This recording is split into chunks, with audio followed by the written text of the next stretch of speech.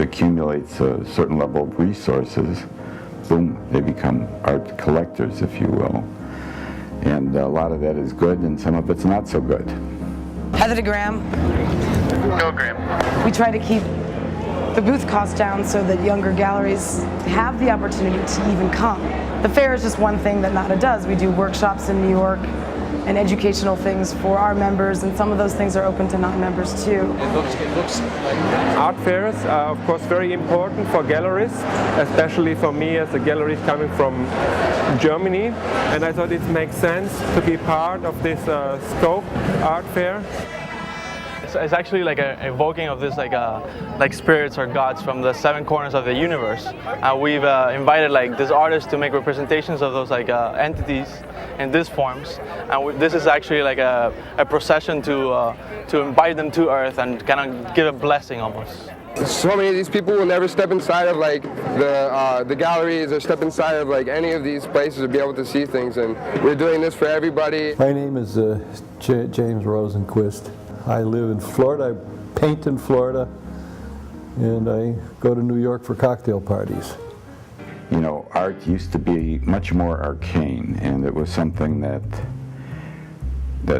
really not nearly as many folks had an interest in. The audience was minuscule by today's standard. You know, the great New York painters from the abstract expressionists, Bill de Kooning and Rothko and Pollock, they never in their wildest imaginations thought they were going to be stars and that they were going to be rich. They were engaged in an intellectual endeavor. They couldn't scrape together the money to pay the rent. They fed off each other in their conversation. $1 million for a painting, $10,000. I mean, you know, who expected that? We have a painter here. The way of his painting is very unique. You can't find another painter working like this. People like it because it's a very special way. He works with architecture, he works with colors, he works with figuration, and this is work I would really recommend to the people, and I love it a lot. Art Basel is a great art fair, the greatest. High quality show, but a lot of it's product for the collectors too, or like I would say honey for the bears, you know. Make the pictures and they'll be there, boom, snapping them up. Now the young artists come to New York.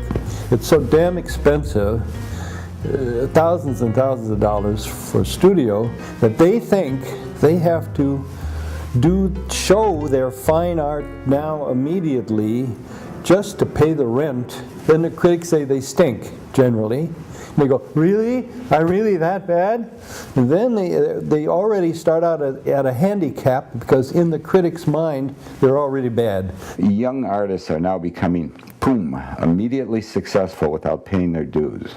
My advice to the youngsters is to get a connection in New York City, move out of town, or move somewhere cheaper so you can do your thing.